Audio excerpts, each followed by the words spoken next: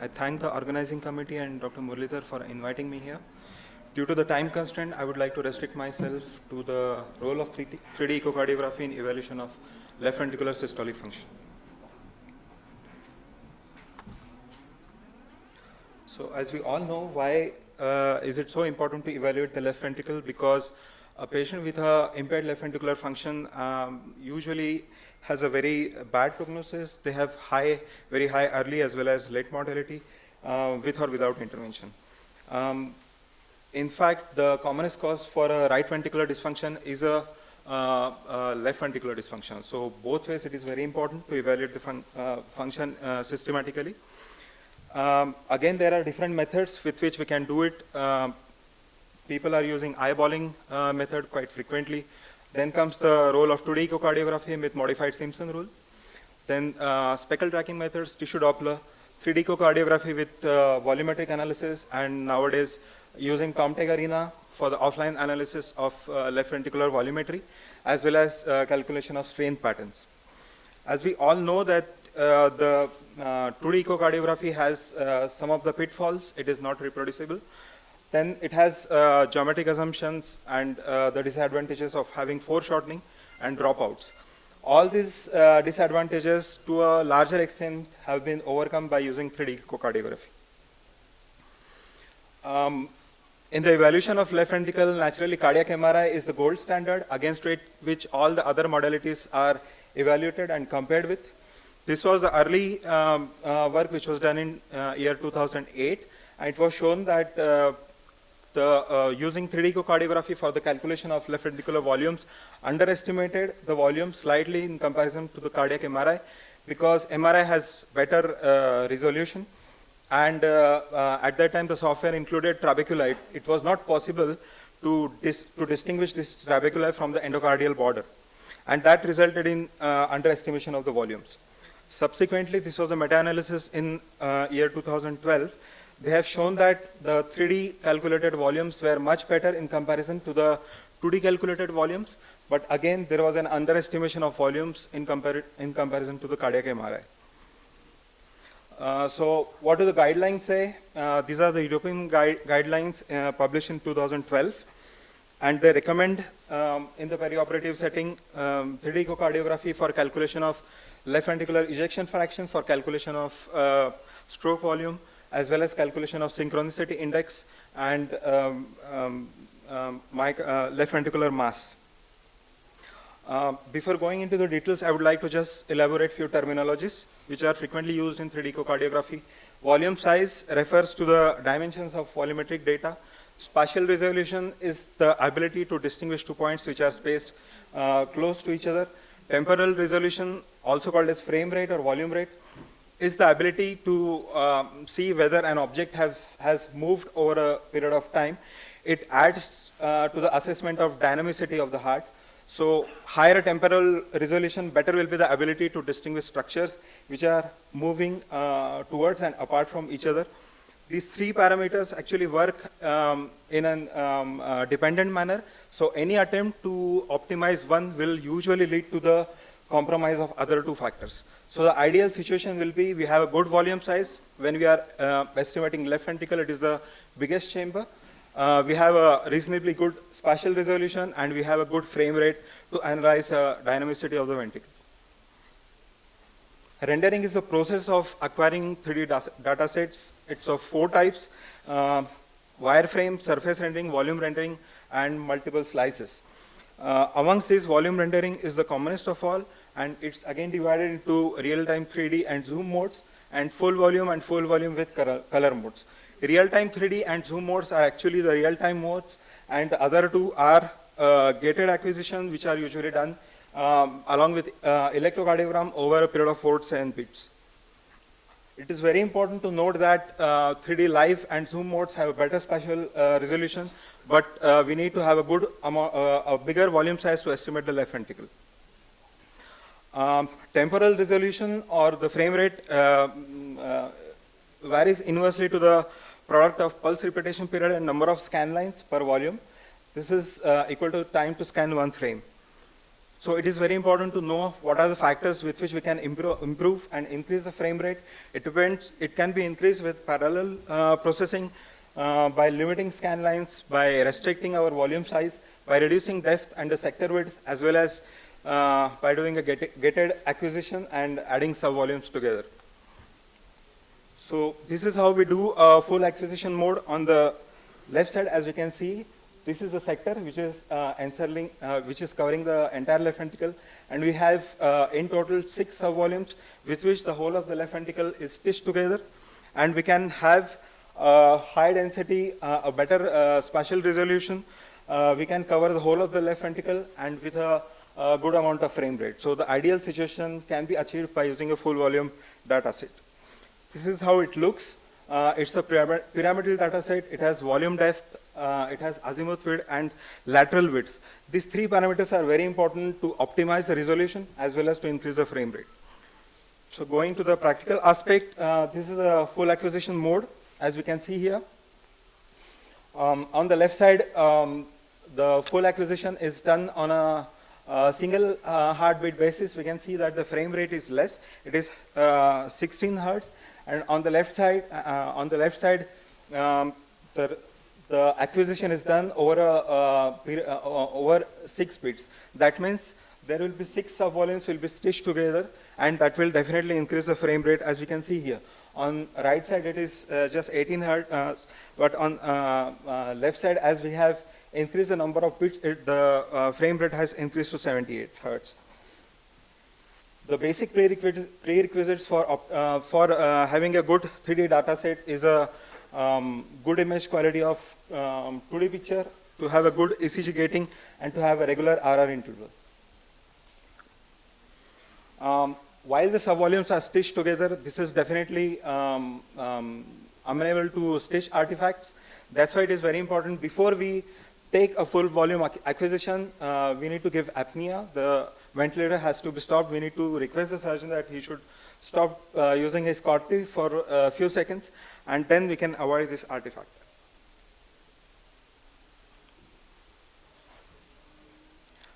This is a small video where we can see that after we acquire the 3D volume dataset, it will be transported to the QLab. There are 2 different methods, 2 different modes with which you can utilize this data. One is 3DQ, and the second one is 3DQ advanced. Now, using 3DQ method, the advantage is that we can avoid foreshortening, but there will be geometric assumptions and there will be some amount of tracing errors as well. That's why here onwards, I'll be explaining in details about the 3DQ advanced technique. Here, we can avoid foreshortening, we can avoid geometric assumptions, and the tracing errors are actually also minimized to a greater extent. So once we come to the MPR mode, we have 3 boxes which are color coded. The right upper one box is green, the left one is red, and below right side it is a blue box. Along with 3 boxes, we have 3 MPR axes. For example, here in the green box we have the red axis, in the red box we have the green axis, and here we have in the blue box we have red and the green axis. What is important is the first step is to acquire an end diastolic frame. When we shift the data to QLab, it invariably lands into an end diastolic frame. If not, then we can run the loop, and we can, using electrocardiography, we can stop the loop when there is end diastole. The second thing is we have to mark the midpoint of interventricular septum using this arrow. The third point is we have to put 5 reference points on the left ventricular wall. These reference points are septal, lateral, anterior, inferior, and apex. Apex can be put either in the 2-chamber view or in the 4-chamber view, or in the 4-chamber view. These MPR modes are always displayed in a combination of 4-chamber and a 2-chamber view. The MPR planes are actually, and lines are actually adjusted in such a manner that they should exactly pass through the midpoint of the mitral valve, and they should pass through the apex, through the midpoint of the true apex. If you don't do that, then what happens, I'll just explain in the next slide. Once these reference points are added, the end diastolic volume will be automatically calculated using the semi-automated software system, And the second step will be to go to the end systolic frame and repeat the same procedure. At the end, we have end diastolic and end systolic volumes, and from that, the stroke volume and ejection fraction will be naturally calculated. As we can see here, this is a running group. We have end diastolic volume, end systolic volume. We have a surface rendering here where all the segments are displayed, all the 17 segments, and below we have a volume time curve for all the individual segments. Regarding this MPR axis, as I've already told, if we don't adjust the MPR lines exactly between the mitral valve and the apex, then we may land into having foreshortening. For example, here in 4-chamber view, as we can see here, the red line is not crossing the left ventricular apex, it is crossing the interventricular septum. And because of that, we are getting a foreshortening in the 2-chamber view. How do we correct it? We can move that red plane exactly between the mitral valve and the left ventricular apex, and with that, automatically the foreshortening in the 2-chamber view will be avoided. The same thing can happen if we have false alignment of this MPR lines in the 2-chamber view, where we will be getting foreshortening in the 4-chamber view. The disadvantage of foreshortening is naturally we will be landing into underestimating the end diastolic and end systolic volumes and overestimating the ejection fraction. So how to correct it? Naturally, we have to move the green line exactly between the mitral valve and the apex, and automatically the foreshortening will be avoided. Between 4-chamber view and the 2-chamber view, if the distance of this long axis is more than 10%, then it is definitely pathognomony of having a foreshortening. Again, there is a possibility of using eye slice view.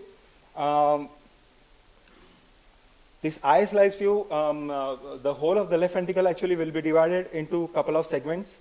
Depending on the level, the left ventricle will be divided from base to the apex, and the views will be obtained like this, from base to the apex in the short axis. And these views are actually comparable to the cardiac MRI or the CT scan guided slice views of the left ventricle. Naturally, as we can see here, the resolution is better with the cardiac MRI. Coming to the results, the first one is the global time volume curve. We can see here the end diastolic volume is shown, and it will be plotted against the time. Like this is a global parameter for all the 17 segments. Stroke volume will be calculated, and the ejection fraction will also be calculated. On the left hand side, this shows the absolute time in milliseconds, which is required for all the 17 segments from end diastolic point to reach the end systolic point. This also indicates the synchronicity, how far these end systolic points are spaced from each other in a patient with a bad LV function, and in patients with desynchrony, these points will be spaced apart from each other, and these curves will be flattened subsequently. Here we can see that the time is around 37 seconds. Usually the segments should reach the minimal end systolic volume in less than 30 milliseconds.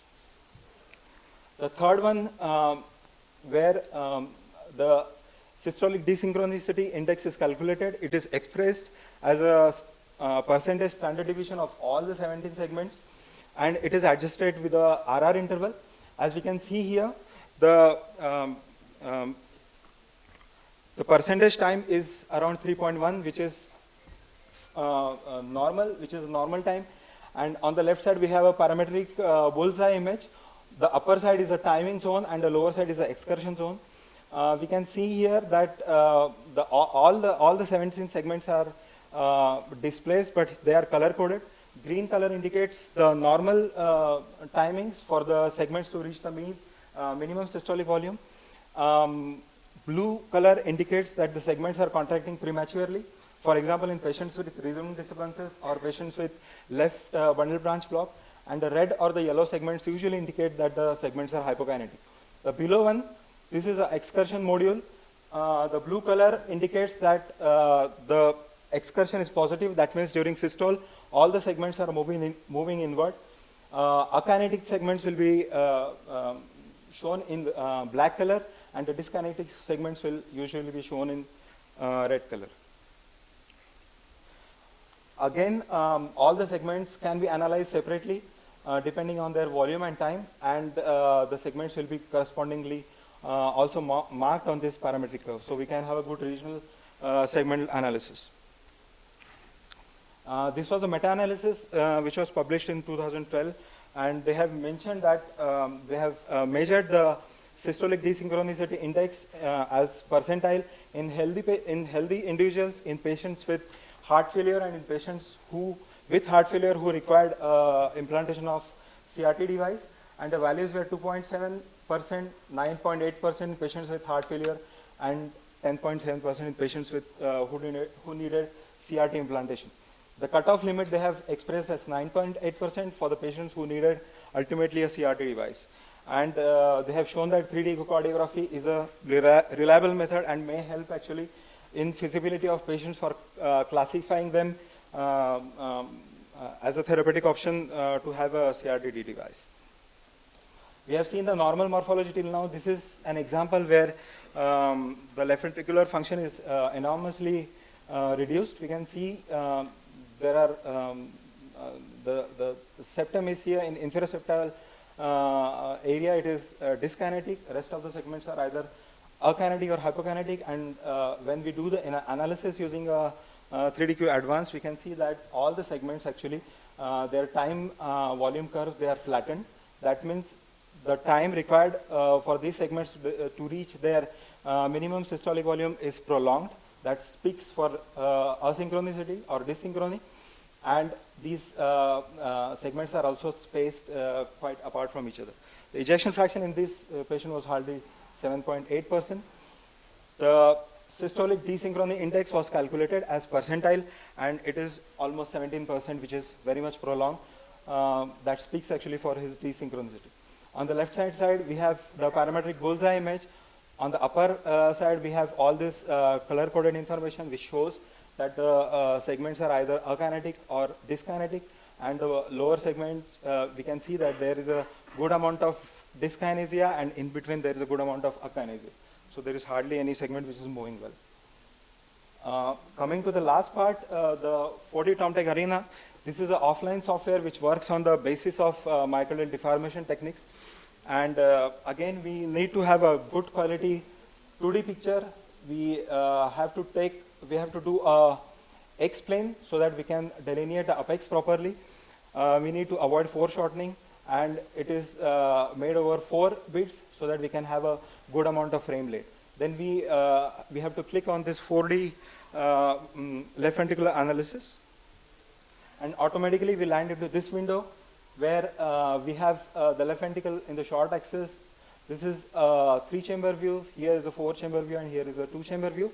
The points which need to be delineated here is the aortic valve, left ventricular apex, it should be at the endocardial border, mitral valve, which should be at the mid of the mitral valve, and in all these figures, these 3 points need to be marked. And then we have to click ahead. It will automatically measure the end diastolic volume, and we have a still image in the form of 4-chamber view, 2-chamber view, and 3-chamber view, and parallel we have a dynamic image also. This green thing, as we can see here, that is the semi-automated endocardial reconstruction where the end diastolic volume is calculated, and we can always compare it here, and there is always a possibility of adjusting our points which are commensurate to the endocardial borders. So this is the advantage of 4D echocardiography. If we have a good quality image, and if we can delineate the epicardial border also, then definitely it will help us in calculating the left ventricular mass.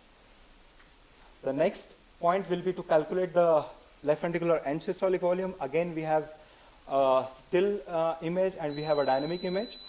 And here we have end systolic and end diastolic volumes with a dynamic image. And that's how the analysis will be done, sequence analysis. It will give us stroke volume, ejection fraction. It will also give us a clear idea about the desynchrony index. And the advantage is that we can have values about global and longitudinal strain, as well as global longitudinal and circumferential strain. It is also possible to calculate all the strain parameters here.